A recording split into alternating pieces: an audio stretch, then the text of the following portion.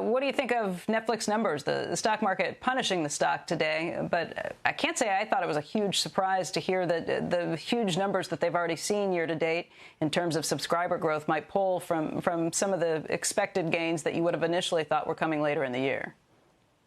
Yeah, I totally agree with that, right? The stock, as you said, is up 50% year to date.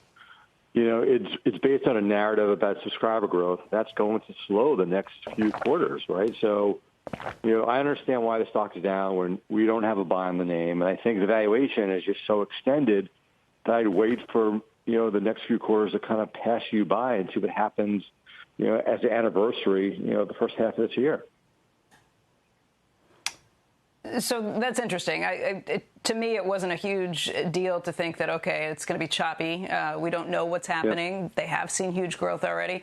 But the valuation question is a really interesting one. What do you think is fair valuation for this company? How do you go about doing that when things are changing so rapidly and when there are so many new entrants coming onto the stage in terms of direct-to-consumer? Well, Becky, what we do is, you know, we look a couple of years out, right? Like this year is just unusual on many fronts, including the, you know, the cash flow growth that's going to come from a lack of production. But we keep going back to, like, let's look at where we are in 2022.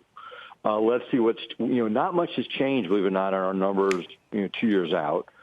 And just looking at price to sales, which is my least favorite metric because it's so squishy, it's trading, you know, way above its normal, even, you know, highest range. It's close to 8 times sales on 2022. Historically, it's 5.5 times. You know, so we think what happens is, as things return to normal over the next 2 years, the multiple will come back to like the 5.5 times sales range. You know, it puts it probably at a $400 stock is kind of how we're thinking about it. But unfortunately, we've been consistent on that point and wrong, just on valuation, right? Our focus has been on free cash flow and underlying free cash flow generation. That's just not been anyone's concern. It's all been about subscriber growth. The risk is that growth starts to decelerate, and then the multiple will come on in. You know, Michael, it's hardly the only name, particularly in the tech sector, that is trading at kind of hard to describe valuations and hard to right. find reasons. If you're looking at broader issues in the stock market, though, there's a lot of liquidity. There's incredible change that's going to be taking place over the next year or so, just in terms of what you would normally think is a growth versus a safe stock. And there's, again, just so much liquidity that's out there. Is it hard not to kind of change your mind and chase after the momentum when you see stocks like this continue to be so loved? I know, Becky, and the narrative is so good, right? I mean, we talked to you in the past about media names. You know, there's a shutdown in production, there's a shutdown in sports, this cord cutting is going to rise a ton this quarter. You've got movie theaters closed. It's just a perfect narrative for them. I totally get it.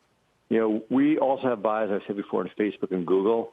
Those valuations are easier for me to digest. You know, they've not worked nearly to the same degree as the rest of NASDAQ.